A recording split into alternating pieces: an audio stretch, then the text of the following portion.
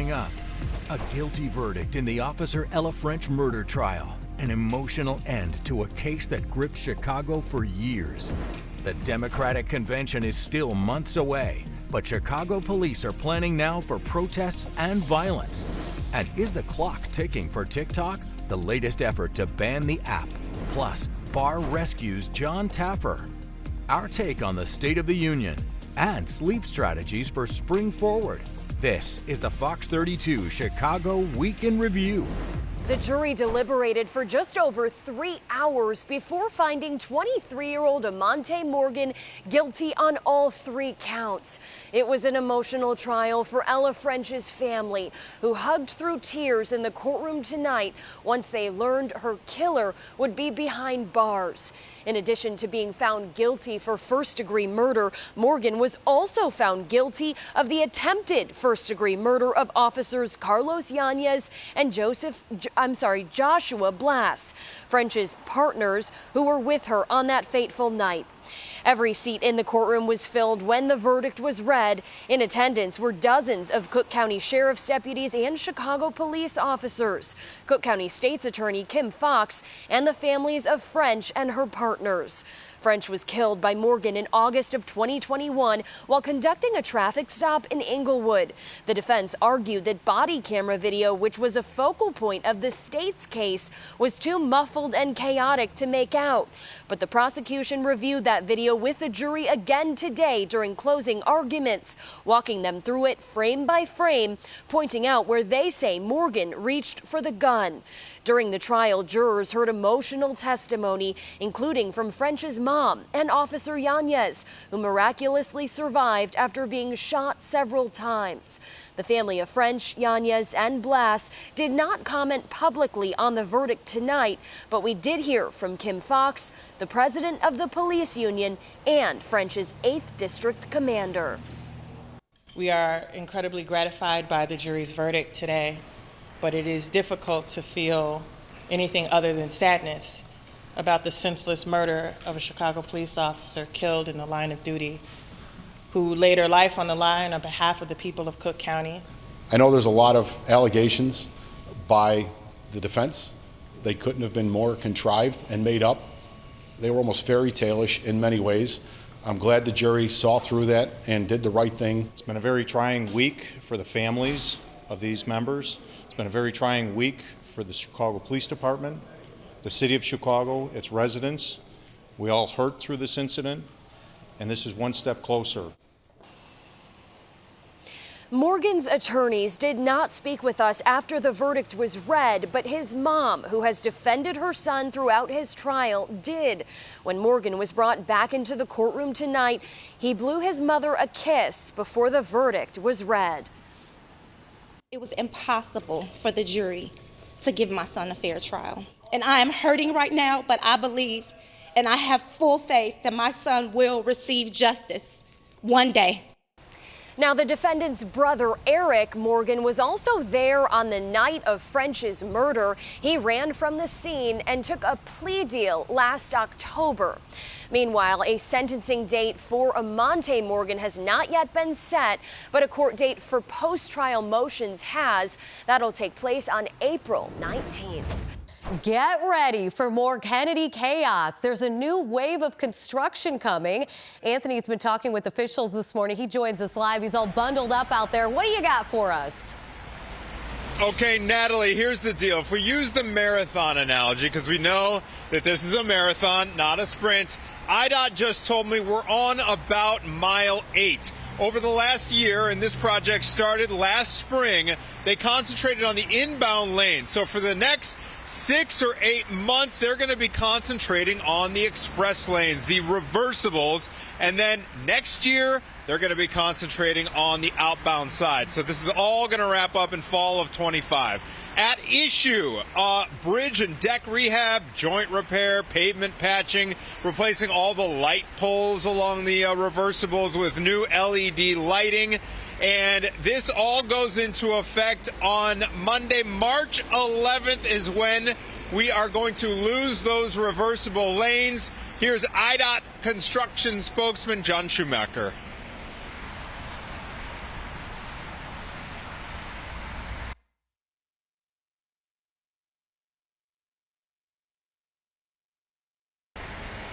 Okay, we're having trouble getting to John, but he was saying, I was asking her about the necessity for this project.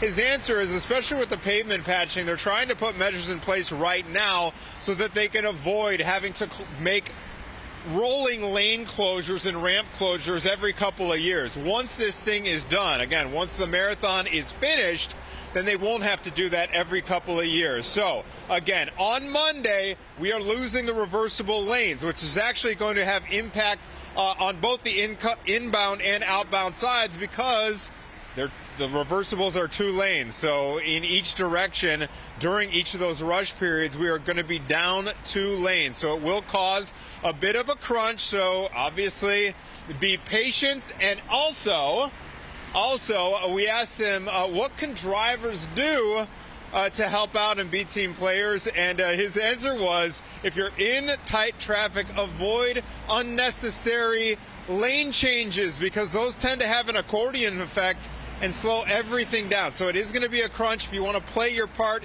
either find a different time to commute if possible with your job or avoid those unnecessary lane closures. We'll once again expect to lose those reversible lanes on March 11th.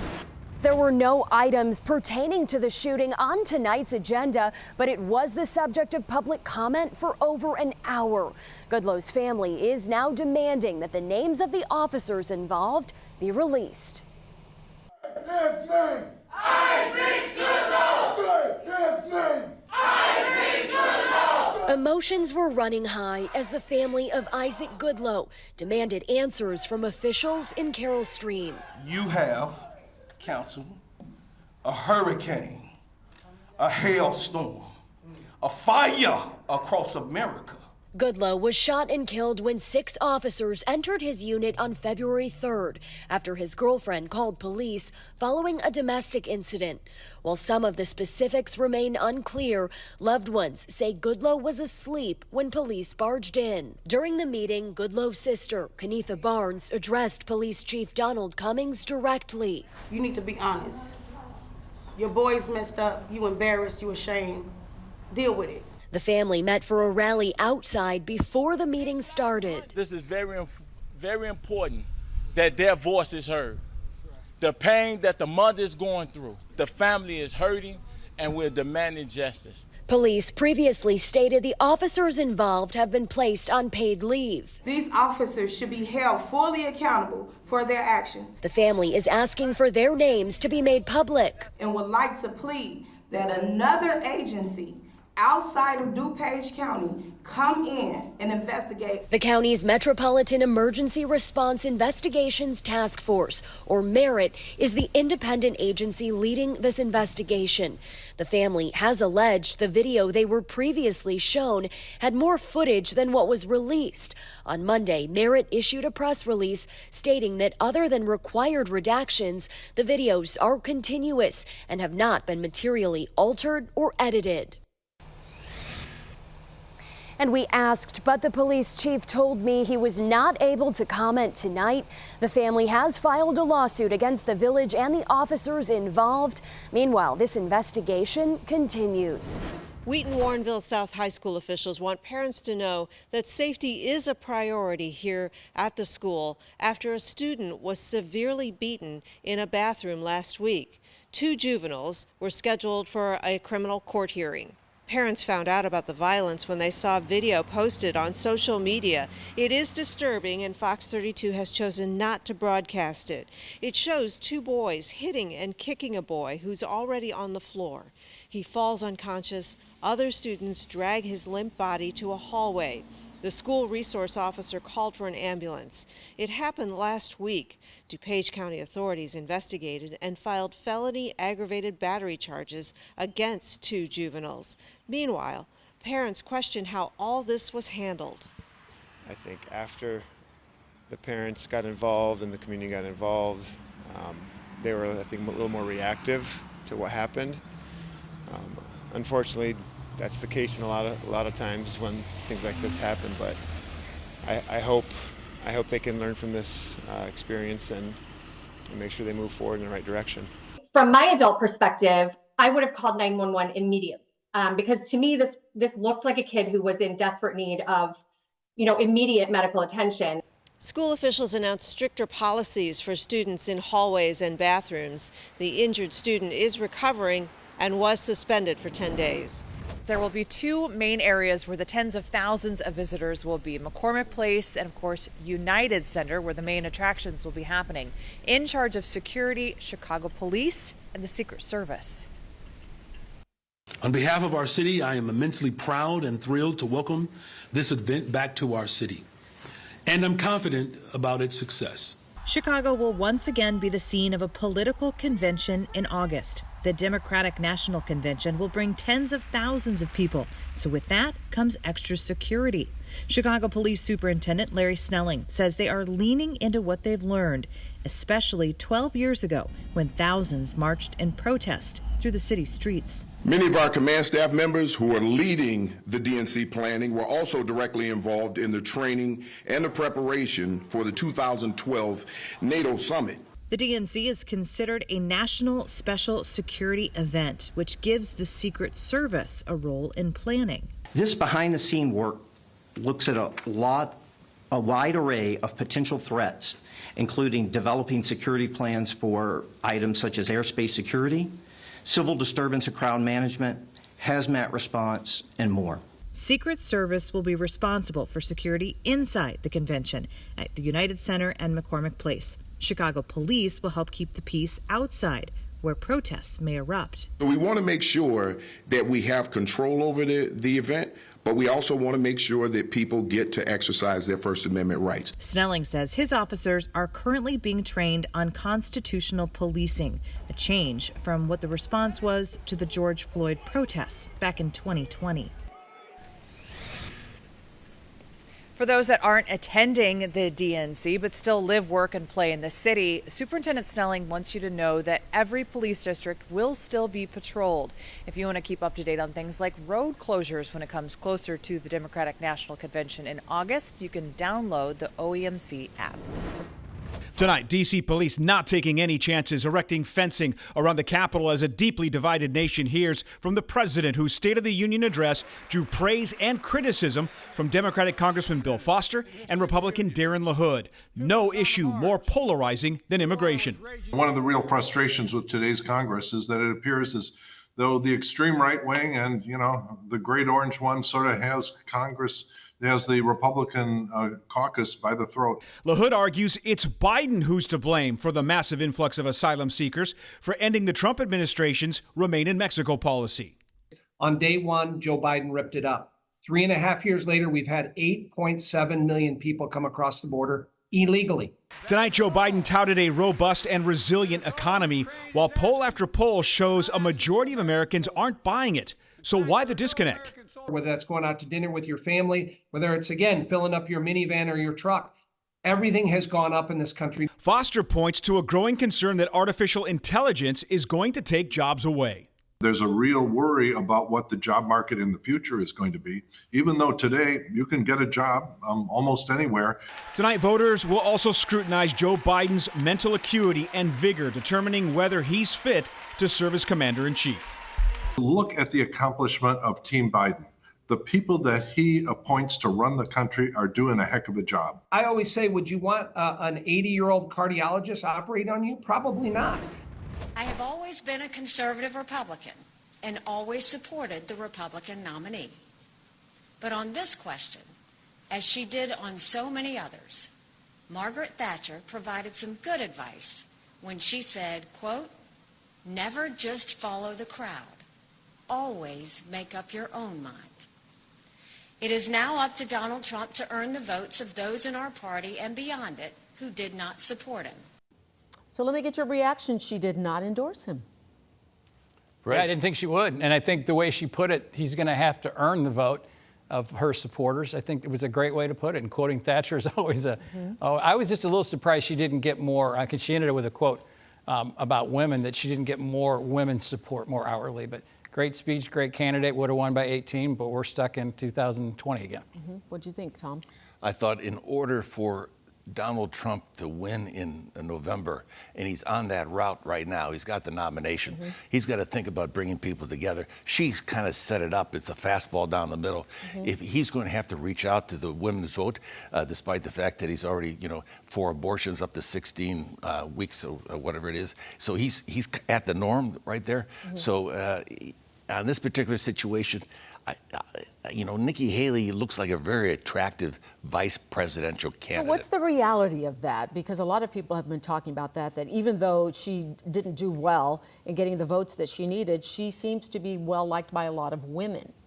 Well, she's good with that part of the party that he doesn't have. Right. Now, some of the PBS poll that came out a few weeks ago said that of the 40 or 30% of those individuals that aren't inclined to vote for Donald Trump in the Republican Party, 82% will still vote for him in November.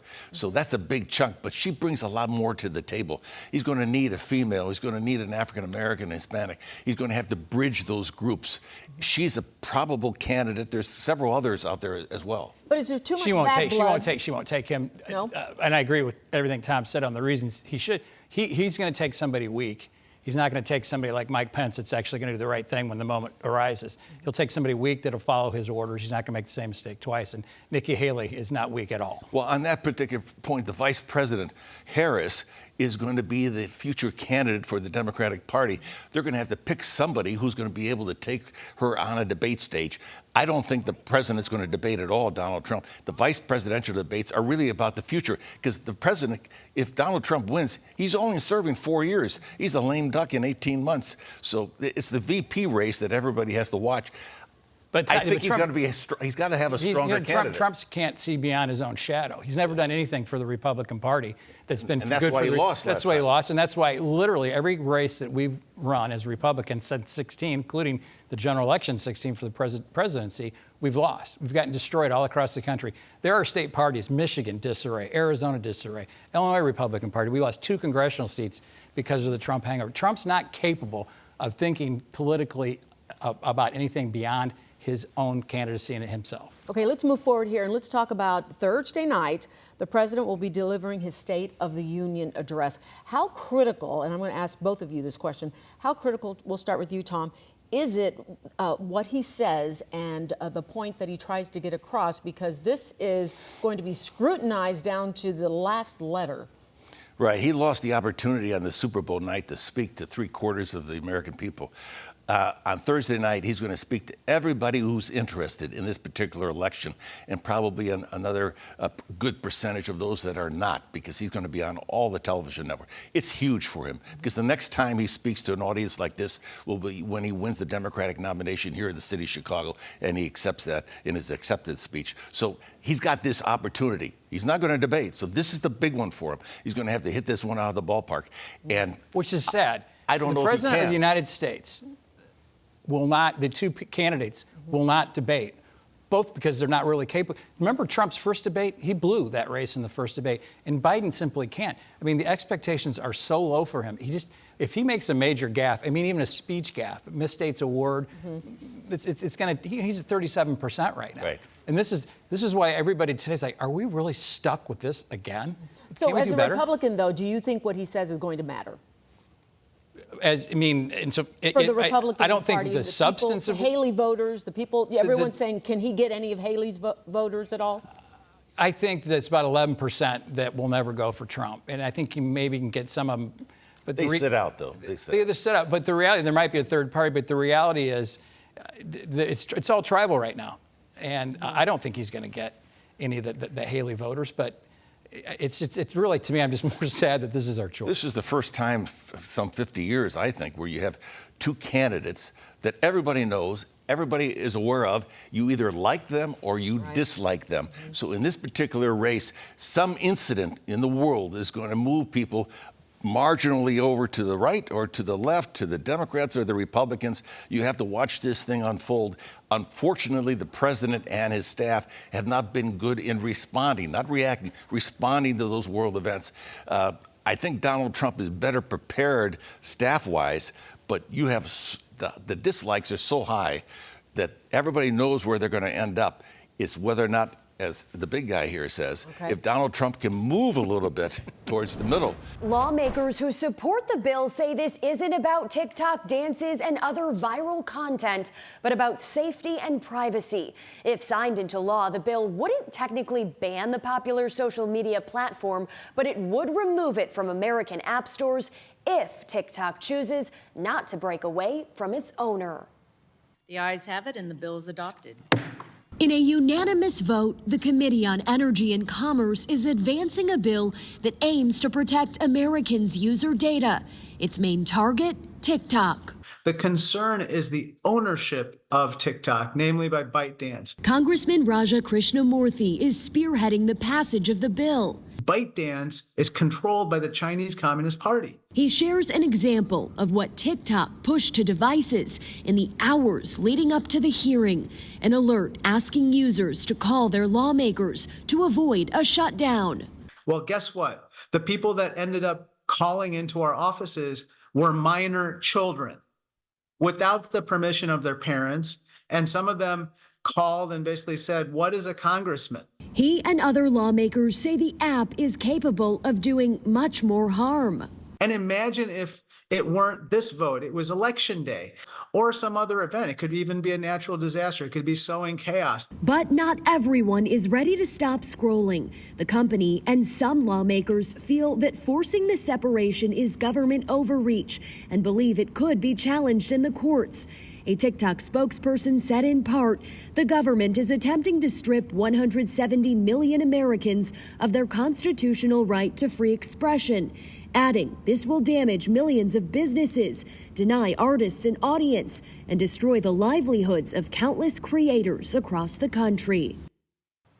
Now, still a ways to go for this to become a reality, but right now, sponsors of the bill are working to bring it to the House floor. Coming up, John Tapper previews the latest season of Bar Rescue, the science behind James Bond's toys revealed, and the push to legalize psychedelic mushrooms in Illinois. They've directed the world's best-loved films. Now they reveal how movie magic is made. If I've done my job right, you're left with interesting questions. Jake Hamilton with a film school like no other. Even though this is Barbie, which is this globally known brand, it feels just as personal to me as a filmmaker. And action. Streaming now at Fox 32 on Fox Local. To get Fox Local on your smart TV, search Fox Local on these streaming platforms. Download and watch today. Blockbuster reveals. Incredible costumes and show-stopping performances. Sucker, dream crusher. I love. It's non-stop masked mania. I'm taking everyone down. TV's most cutthroat competition. The trophy is mine. This queen has arrived at the Masked Singer. Time to SmackDown. Ow! The Masked Singer, all new Wednesdays on Fox and watch anytime on Hulu.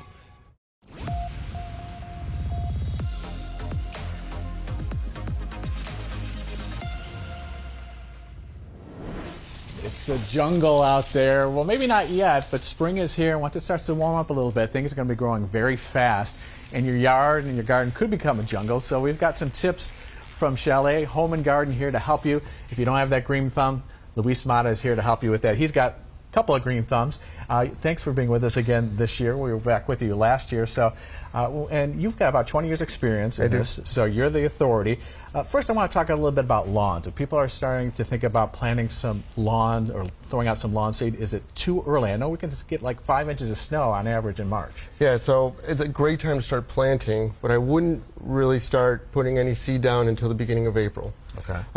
We've got a great seed selection here, a Chalet private label that's got a lot of great desirable seed blends in it. And it's also a great time to start thinking about fertilizer. That could go down any time now. And you got to be careful about what type of fertilizer you use this time of the year? Right. If your lawn needs a lot of seeding and you're going to be putting a lot of seed down, I'd recommend an all-organic, spring fertilization. But if you're not doing a lot of seeding, it'd be good to do some weed and feed. This has a weed pre-emergent product in it that'll keep crabgrass from coming up or those weeds that you usually battle through the summer. Okay, once you get around to putting out the seed, how do you keep birds from coming and destroying all your work? Put your seed down and cover it with a thin layer of compost. We use the Chalet compost and just a thin layer to hide that seed from the birds. And you don't recommend aerating in spring, you recommend aerating in fall, your lawns, right? Right. The lawns are doing the most root development in the fall, so that's the best time to aerate. If you aerate now, you're opening up, bringing soil to the surface and open up those holes, which could open up opportunity for weed pressure. Okay, so we talked about fertilizer for your lawns, but you also want to mention fertilize other parts of your yard, right? I think it's overlooked quite a bit. The shrubs are overlooked, and it's important to put down a fertilizer. An all-purpose fertilizer for gardens is good. We've got this Dr. Earth product here. It'll make a big difference with the plant vigor and even promoting some bloom. And last but not least, really quickly, bulbs.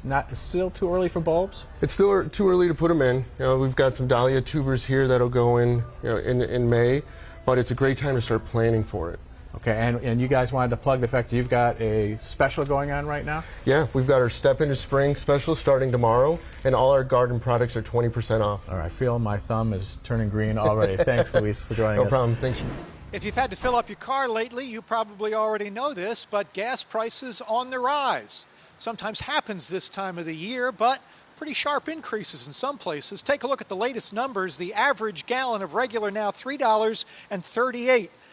If you take in all 50 states, that's about a dime more than it was a week ago and about a quarter more than it was a month ago. Worst offenders in terms of the states, well, usual suspects, California, about $1.50 more than the national average. Hawaii, Washington, Nevada, other western states also pretty high. That's in part because the price of oil has gone up. That, however, according to oil analyst Andy Lipow, is not because of a lack of U.S. production. In spite of the Biden administration policies that seek to limit fossil fuel production, we've seen the oil industry rise to the occasion and now is producing a record 13.3 million barrels a day of crude oil. Indeed, in November of last year, we set an all-time record for U.S. oil production, 13.319 million barrels per day. That's more than Saudi Arabia produces, more than the Russians produce. We also had a similar number in December.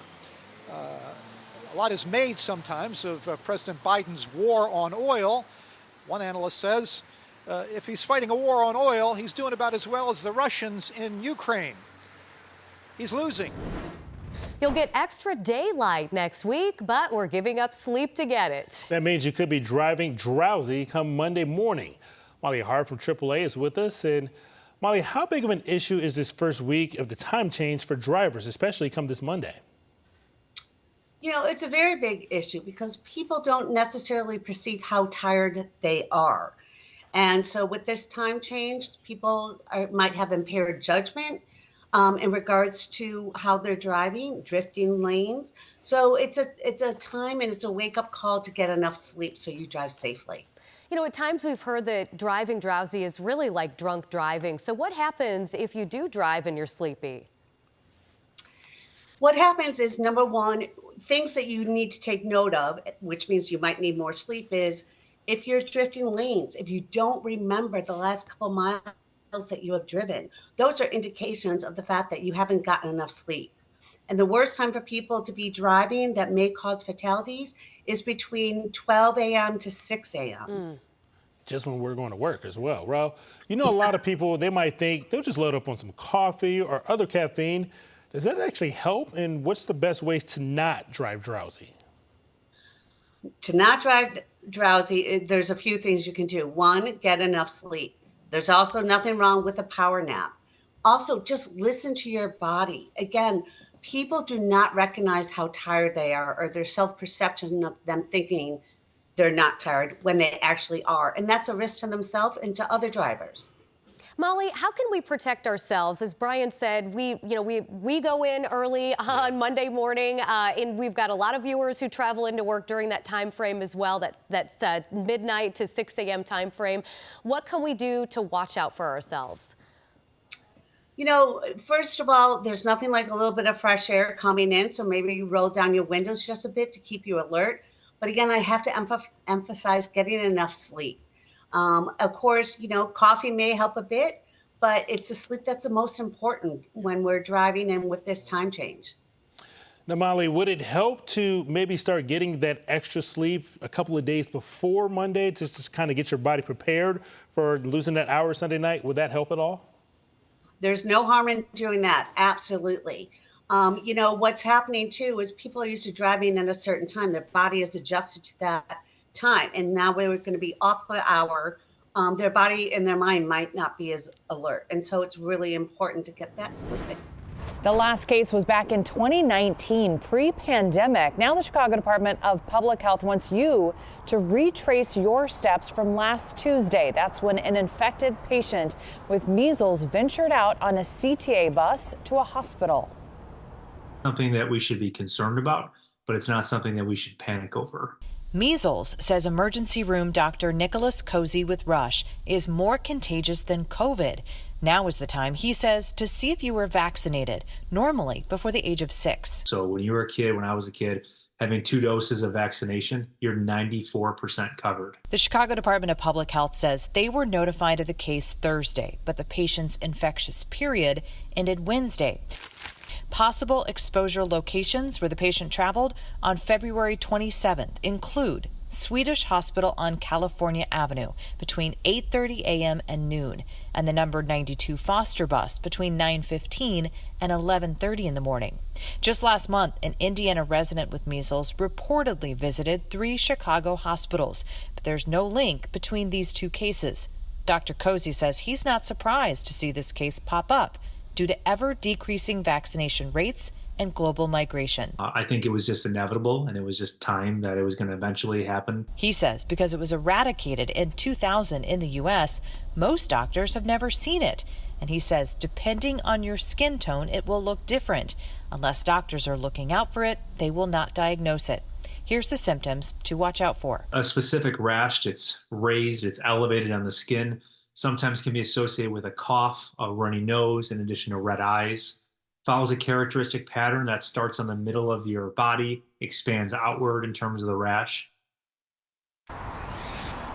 So if you think you were possibly exposed to the measles sometime last Tuesday, go ahead and call your primary care physician before going in to possibly help limit exposing others. That infected patient, by the way, we're told, is recovering well at home. First Oregon, then Colorado, and soon maybe Illinois could legalize one psychedelic as a treatment option for people struggling with their mental health. But there will be one big difference. Terrence is back to explain. Yeah, Dawn, unlike in those other 2 states you mentioned, here in Illinois, the psychedelic would have to be consumed under supervision. State Senator Rachel Ventura introduced a new bill that would legalize psilocybin mushrooms to treat PTSD, depression, and other conditions that can be resistant to other medications. She's been working with law enforcement organizations on the bill. She says the Illinois Sheriff's Association is hesitant and has questions. Her colleagues do too. She says many want to learn more about how the substance works. So she's directing them to the numerous medical studies about the benefits. Psychedelics have gotten some bad PR. But to be honest, the FDA's breakthrough therapy on PTSD has only been given to 4 substances, and all 4 of them are psychedelics. So we want to make sure that people are feeling safe about this, and they're not thinking that this is just, the black market drug that's out there. But this is really plant medicine, and remove that stigma. Under the proposal, people would only be able to use the mushrooms at a licensed healing center with a licensed healthcare professional supervising. The senator says not only would this help people suffering from mental health conditions, but it will bring money to the state as well. There'd be a 15% tax on this. It's not going to be the billion-dollar industry that cannabis. Some of that tax is to pay for the licensing and the testing and the staff that has to do the licensing. This isn't really a revenue generator for the future. This is about really addressing the mental health crisis, which we spend millions of dollars on at a state level. The senator clarified if the bill becomes law, it would still be illegal to use mushrooms outside of those healing centers I mentioned. The bill is currently scheduled to be heard in the executive committee in the next few weeks or so. Expect to open your wallet a little bit wider this year when you go food shopping. Overall, in 2024, according to the USDA, food prices are predicted to increase by about 1.3%. Financial educator Jamie Millant says while some of the biggest jumps will be on restaurant menus, there are certain grocery store items that will also come with some sticker shock. Beef and veal prices are predicted to increase by about 5.8%, and the prices for fats and oils are predicted to increase by about 3.6%. Fresh fruit prices are predicted to increase by about 1%. Really, the pressure's on for higher beef prices. We're producing less beef because of drought, high costs, things like that. Dr. David Anderson is a livestock economist at Texas A&M University. He says ranchers have been cutting their herds because of those factors, and that ground beef in particular is expected to go up in cost as a result. And that's the biggest item in terms of volume that us Americans consume of beef is ground beef. Everybody loves a good hamburger, and so, you know, if you think about it in simple terms, if all of us customers continue to show up at the store and buy the product, there's not a lot of incentive for a price cut or a lower price. With those prices going up, some consumers are making changes to their shopping habits. The most common ways we see people adjusting have been things like buying cheaper brands, cooking more meals at home, switching to less expensive items, so maybe switching away from things like red meat or seafood. She notes with the higher food costs, many food banks and pantries are also seeing an uptick in those needing help. When you can't make your food dollar stretch far enough, government support is there for that reason as well. So what can you do to find some savings? There's all kinds of things people can do with paying attention to planning your meals. The average U.S. family of 4 wastes about $1,500 a year in uneaten food. Reducing food waste, it's can make a significant impact in your budget as well. She also recommends things like meal planning to make sure you're only buying what you absolutely need for the week. What I'm trying to get people to do is, while you're doing your meal planning, do your grocery planning at the same time. So there's a page to do your meal planning, but then you plan what groceries you need to meet the commitments for that meal plan for the week. And then in addition, it's just to focus on using the ingredients that you have on hand and in your pantry to help reduce your costs. Millant recently developed a booklet to help consumers not only plan their meals, but also track how much money they're spending on food. Another way to cut costs, make more of your meals at home. We've really seen some evidence of cooking at home becoming relatively cheaper than eating out. And that's something where I think we may continue to see that trend. Peterson is serving a life sentence for the 2012 conviction on charges that he murdered his third wife, Kathleen Savio, and he is the prime suspect in the disappearance of his fourth wife, Stacy Peterson, whose body has never been found. But Peterson is now asking to overturn that conviction, arguing incompetence by his attorney at the time, Joel Brodsky, because Brodsky would not allow him to testify in his own defense. Legal analyst Karen Conti says that's a tough sell. I don't think he has a chance at all. Ineffective assistance of counsel is a really hard thing to prove. You have to prove that your lawyer is completely incompetent, but you also have to prove that had he not been incompetent, the decision would be completely different. Also today, a judge agreed to a request by Will County State's Attorney James Glasgow and appointed a special prosecutor to investigate whether Brodsky violated a 2022 gag order preventing him from talking about his involvement in the case. Brodsky recently spoke to News Nation as part of their jailhouse interview with Peterson, and now Brodsky is being accused of committing indirect contempt of court. The special prosecutor was appointed to talk to Brodsky and to investigate whether or not he violated a gag order, and that is disclosing some things that Drew Peterson said. And that's necessary because Brodsky's going to be a witness in the case against Drew Peterson, and I think the judge just wanted to make sure this was all done appropriately. In a brief phone call, Brodsky told me that he did not violate his attorney-client privilege with Drew Peterson. The case will be back in court April 1st, and there's a chance Peterson may be in attendance at that time. Coming up, the science behind James Bond's toys on display here in Chicago. Jack Black talks Kung Fu Panda 4, and we end the week with a little magic. My name is Brian Jackson. I grew up in the south suburbs of Chicago. This is my house where my family still lives to this day. This was my school, Ridge South High. I had my first job here at this library. My career as a journalist took me from coast to coast. But coming back to my hometown of Chicago, was a dream come true. My name is Brian Jackson. I was raised in Matson, Illinois, and this is Fox 32 Chicago. I can make noodles fly. Flying noodles? Yeah. The kids are back. Let's get cooking in the kitchen. MasterChef Junior. With a new judge. This looks better than half the dishes that come out of my dad's restaurant. Burn. You can watch anytime. Their talent Oh my gosh, will blow you away. This was an expensive t-shirt. who cares? MasterChef Junior, all new. Monday on Fox and watch anytime on Hulu.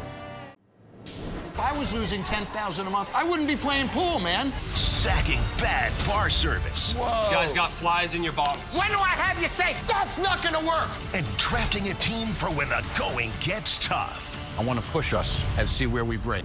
It's time to win big. He's definitely not somebody you want to mess with, but he's always working his hardest to save restaurants all over the country. An all-new season of Bar Rescue hosted by Jon Taffer just came out, and Jon is joining us this morning from Vegas to tell us all about it. So how's the season going so far? Well, Natalie Bryan, I'm a sweetheart. What are you talking about? you know, every failing business can break your wallet, but it can also break your family.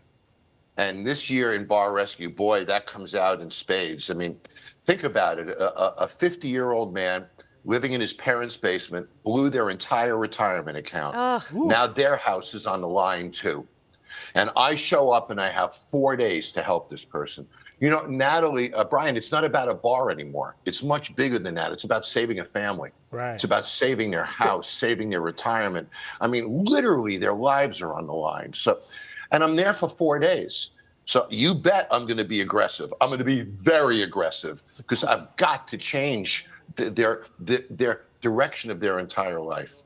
And, you know, with many of them, it's not a failing business, it's a failing owner.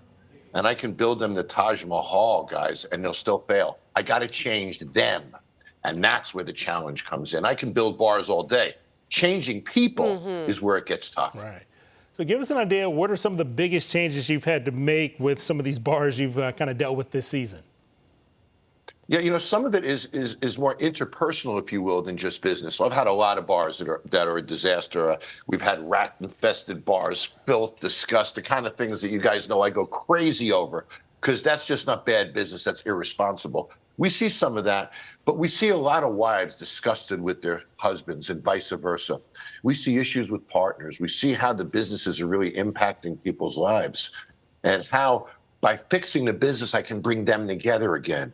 And it's really, really powerful. My crew sometimes calls me Dr. John because the show winds up so much more about their personal struggle and redirecting them and then giving them a business that they can flourish in. It's a challenge, guys, especially in 4 days. This year, you're going to see some tears coming down my face a few times. It is a crazy emotional season. All right, well, you've hooked us. Jon Taffer, Season 9 of Bar Rescue is streaming now. Thank you. It's the intrigue, the espionage, the sexiness of James Bond movies that's going to bring the crowds here for 007 Science, Inventing the World of James Bond. Dr. Voula Saradakis is the curator of this. You know everything about all the movies, and you have a lot of it here. Yeah, we do. And in this section, we have many of the vehicles. We have 12 vehicles and over 90 objects and gadgets, and they're from some of the more iconic Bond films. So, for example, we have this submarine car that was featured in Spy Who Loved Me. That comes right out of the ocean. All the people on the beach are looking at it and shocked and in surprise. So it's called Wet Nelly, very iconic from that movie. I think that when people see it, they might not remember the movie, but you have the movie playing behind, which is so great. Yes, we do have clips throughout the exhibit next to the objects from which they're featured that put those objects in context and people can see how they were used. And so, for example, here we have the Jaguar used by the bad guy in Die Another Day. And beautiful color, beautiful vehicle. It was on the ice for the particular scene in which it was used by the bad guy, and we have the clip, and you can see that. Oh, cool. And it's a gorgeous vehicle. Now, the next one over looks like it was probably like envisioned as where science would go.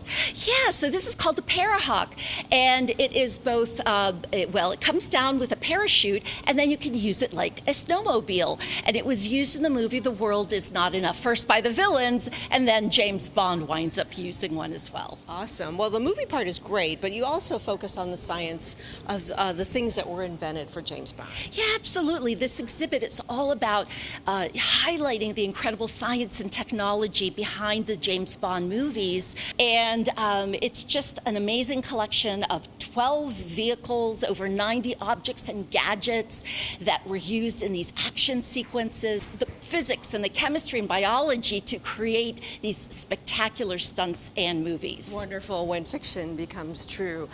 James Bond, the exhibit at the Museum of Science and Industry starts on March 007. Well, millions of Americans use artificial sweeteners to try to control their sugar intake and help them lose weight. But there may now be another reason for concern. There's a new study that finds people who reported drinking 2 liters or more per week of artificially sweetened beverages, that's the equivalent of a medium-sized fast food diet soda a day, had a 20% higher risk of a specific type of heart issues. So joining us now to discuss is Dr. Laurel Sherian, a neurologist and director of the Comprehensive Stroke Center at Rush Medical Center. Thanks for coming in. Absolutely. These drinks are so common. I think I looked it up and it was like 1.41. I mean, it was a ridiculous number. It's very, very common. So let's talk about what was studied here and what were the risks. So this is a big study out of the UK, over 200,000 individuals, and looking at soda consumption and artificially sweetened beverages. And they followed them for over 10 years and found that those who were consuming the higher levels of artificially sweetened beverages had almost 20% higher rates of atrial fibrillation than those who didn't. And what's atrial fibrillation? AFib is a arrhythmia of the heart that is a high risk for causing strokes. Okay. So here's what I want to do. You sent me a list, if we can put that up now, of the different types of artificial sweeteners, because we were talking about this and we were curious as to what it includes. Here's some of the most common ones, and I think we have 2 pages on this. We might, unless this might Yeah, they're everywhere, right? Yeah. So here we have these artificial sweeteners that we use all the time. And my question to you is, what came first, the heart issues, or did the sweeteners cause the condition? So it's a great question. So a study like this is really only showing an association. We can't say from this study that it's a clear cause and effect relationship. It's just that people who are consuming more of these artificially sweetened beverages are also noted to have higher levels of AFib. So I really think the study is going to prompt some more research into figuring out, is it a direct effect of these sweeteners, or is there something else at play? Okay, so my next question is, sometimes people don't want just water. So what should they be drinking instead? And you've brought us an example, Yeah, right? I've got a little, okay, so what are we drinking? little demo for you. So for this, you have a lot of options. It's nice because on the market there's a lot more choices for beverages that have some flavor to them, but don't have the artificial sweeteners. So you may see the sparkling waters that have some flavor added. You may see those that have maybe just a little bit of natural fruit juice in them, enough to give it a little bit of an essence or a flavor. Okay. When I think of that, I'm thinking like bubbly and LaCroix, right? They have those natural flavors of fruit, and there are no artificial sweeteners. But they're still very low in sugar, maybe 20, 30 calories, but just enough to give it some flavor. And then I also want to point out the difference between just staying hydrated, what you're drinking on a daily basis to stay hydrated, which plain old water is probably best for that, and drinking something that tastes a little bit good, that you're drinking more for enjoyment, maybe with a meal.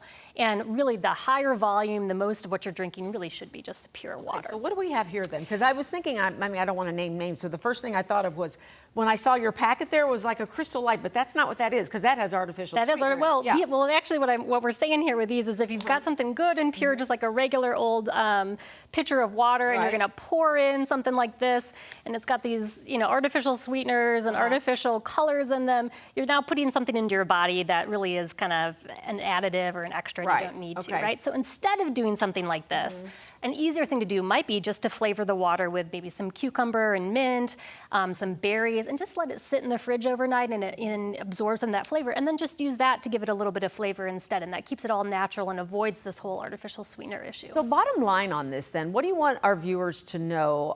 Is this enough to convince us to maybe think twice?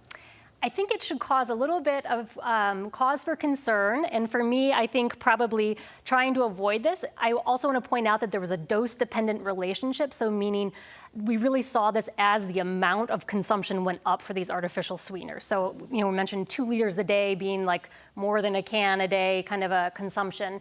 If you're going to do this once in a while, it's probably less of a concern. If this is one of the main ways that you stay hydrated and the main thing that you drink, it may be a cause for concern and maybe time to make some changes. And maybe if you're at risk for heart issues as well, huh? Yeah, there's a lot of other risk factors for atrial fibrillation, diabetes, hypertension, obesity, and staying on top of those and also following closely with your doctor if you're having palpitations or things like that. It's a very treatable condition. You can cut your risk of stroke by over 70% by getting on the right medicines if you identify that you actually have AFib, so it's always good to talk to your doctor about. He will pass through the blaze of an industrial steel fan, shrink his body from 6 feet to 6 inches, and instantly teleport across the room. Jason is Zion's own Bill Blagg is bringing his mind-blowing magic to the Genesee Theater this Saturday. Thanks so much for joining us this morning. It's good to be here. How you doing? Doing good. I'm a little nervous, but doing a little nervous, good. Huh? Yeah. So you perform about 200 shows a year. So what can people expect to see this weekend? People can expect to see the impossible. We're going to be doing magic unlike magic that people have seen before. Okay. And what I mean by that, it's not the type of magic show where the lady comes out and dances on stage and jumps in and out in of a box, boxes. and then a rabbit comes out. Right, and the magician stands there and the wind blows his shirt. Right, okay. It's going to be an interactive night, grand scale illusion, audience participation, comedy, close-up magic, parlor magic. I thought by chance you'd like to see just a little sample. Let's see what you got. All the big stuff's loaded up in the truck. We're in Elkhart tomorrow night, Genesee Theater Saturday night in Waukegan with the big show. Okay. So we're going to try something here. Oh boy. Now, a lot of people, when they see magicians, they immediately think of card tricks. Yep. Pick a card. Right, Like here comes the deck of cards. Pick a card. We're going to do something a little bit different. Okay. We're going to do something in our minds. Mind reading. All right. Do you believe in mind reading? Sure. You do. What I want you to do right now is I want you to go ahead and I want you just to think of any card inside of a deck of cards. Any card. Just any card. Don't tell me what it is. Okay. But I want you to think of a card inside of the deck. Okay. I'm going to make a prediction. I'm going to actually name the card that you are thinking of. Okay. And we didn't talk before this segment, by the way, at all. I've made my prediction. Yes. It's on the board. Yeah, we haven't prearranged anything. No. We haven't set anything up. Right. That was better than the rehearsal earlier. Okay. All right, here we go. Here we go. I want you to focus on that card. Now I'm going to give you one opportunity. You can change that card to a different card, or you can keep that card. I'm going to keep it. You're going to keep it? I'm going to keep it. Okay, now keep in mind you had a fair chance to change or keep. So here we go. Right. The card that you are thinking of, the name of that card. This is interesting. This is the first time this has ever happened. Okay. It's actually your name. It's Brian. It's related to it. It's Brian. So think about this for a moment. I told you to think of a card, and I would name your card. So you're thinking of a card right now. Yes. I've already named your card Brian. Okay. That's the trick. I'm kidding. What is the actual card? What's the actual card you're thinking of? Jack of clubs. The Jack of clubs. Uh-oh. Brought a deck of cards in my back pocket. Okay. See, here's what most people don't understand about a deck of cards. See, each and every card inside of a deck of cards is completely unique. They're all different. They have their own personality, which means they also have their own names. Okay. That's right. So, for example, we have Sandy, Jim, Greg, Jen, Mike. Each and every card, a different personality. I asked you to think of a card, and I would name your card. Right. I named your card before Brian, you told me what your card was. As a matter of fact, I wrote my prediction on the back here that your card would be Brian. And what was your card again? Jack of clubs. The Jack of clubs. No way. We're going to go through here. We're going to look for the Jack of clubs right here inside of the pack. Ready? How is this possible? Brian, right there. So Saturday night, Genesee Theater, 7:30 p.m. We got tickets on sale. People can come check us out. Big grand scale illusion, close up, some mind reading, and some other surprises we have up our sleeves for the audience. I love Jack Black. He is always a fun guy to chat with, especially for the Kung Fu Panda movies, which really allow him to sort of go into the recording booth and just let loose and have some fun. But if you didn't know, Jack is actually really great at something else. He is an incredible musician and is part of an amazing two-man rock group called Tenacious D. If you've never seen them perform live, you're missing out on something because they are incredible. So when I sat down with Jack and his Kung Fu Panda co-star Awkwafina, I wanted to know if any of his rock star life ever finds its way into his Kung Fu Panda performance. As a Tenacious D fan, I'd love to know, how much do you have to sort of channel your inner musician, your inner Tenacious D, as you're performing as Po? I don't channel any Tenacious D in Kung Fu Panda, but it does accidentally seep through my pores because I am Tenacious D and I am Po. So those two are going to automatically share a little DNA. Right. What does that moment look like when it happens? It looks a little bit like this. You ready for this? Get ready, Chi-Town. Get ready, Shiki G. Okay. It feels and looks Whoa, yeah. like a double kick to the chops. Ow, I bit my tongue a little bit there. You bit your tongue when you were kicking? When they chisel my Emmy for Best Interview in Chicago, be sure it's Jack Black, Awkwafina. Make sure they get that name right on my Emmy And he's statue. going to do that again. Look, that was gold. That was why are we even You wanna talking hit it anymore? again? You wanna I hit it feel one like more time? the interview's done. You can't top that Do you double want to kick. hit it one more time? Hit me, baby, 3 more times. Whoa, that was a combo. That was kick. Dang, look that. And it's cocked and ready to go again. It's like I mean, do you have to get a license for that thing? I mean, clearly My not, God. dude. Well, that's pretty much it. More than I've extended my leg in a Wow. very, Me very too. long You time. got range, dude. Thank you. You still got it. I got kicks. You got kicks. You got a lot of as heat. the kids say. This morning, we are heating up the kitchen with the Highland Park Fire Department. I hope you're hungry. Frankie, what are we going to be making today? Today we're going to be making my famous chicken parm. So what makes it so famous? What makes it so famous is my secret ingredient, and then I've just been making it for the last 3 years, and the guys just seem to love it. We have put salt and pepper on the eggs, the flour, and the Italian breadcrumbs. But we can't forget the garlic salt, so we're going to put just a little bit of garlic salt there. And we use garlic salt on basically everything.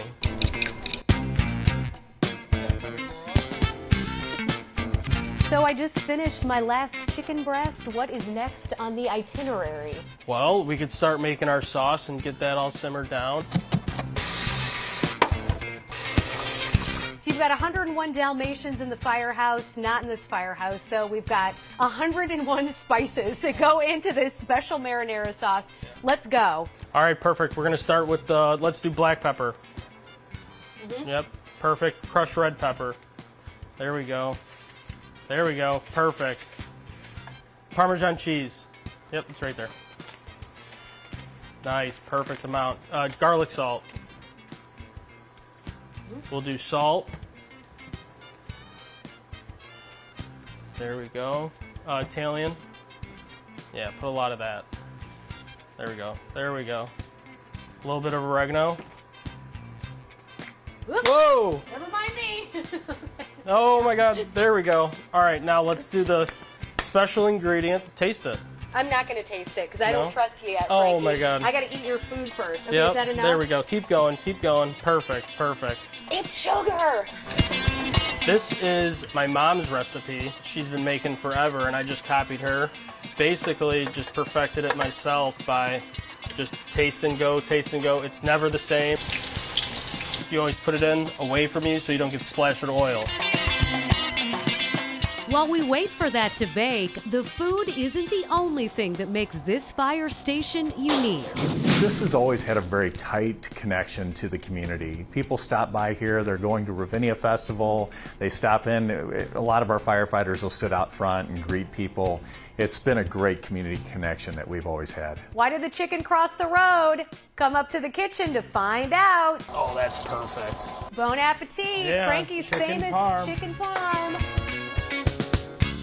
Perfect kick of heat with the sauce. I've been on a job a long time. This is one of the best I've had. Bunch of different tastes and flavors. It's just the best Parmesan chicken I've ever had. It would definitely make Mama Gulo proud. Frankie did a great job. So this is a new fire station, the Ravinia Fire Station in Highland Park. And get this, they actually found cow bones as they were digging to build it. So a little history there. We posted the recipe to Highland Park Fire Department's chicken parm on our website, fox32chicago.com, under the Good Day Chicago tab. He knew what he was doing. You had the right mix of the red pepper flakes, a little bit of sweetness with the sugar. I like that sauce. Thanks for watching the Fox 32 Chicago Week in Review. See you back here next week. Blockbuster reveals. Incredible costumes and show-stopping performances. Sucker, dream crusher, I love! It's non-stop masked mania. I'm taking everyone down. TV's most cutthroat competition. The trophy is mine! This queen has arrived at the Masked Singer! It's time to SmackDown! Oh! The Masked Singer, all new Wednesdays on Fox and watch anytime on Hulu.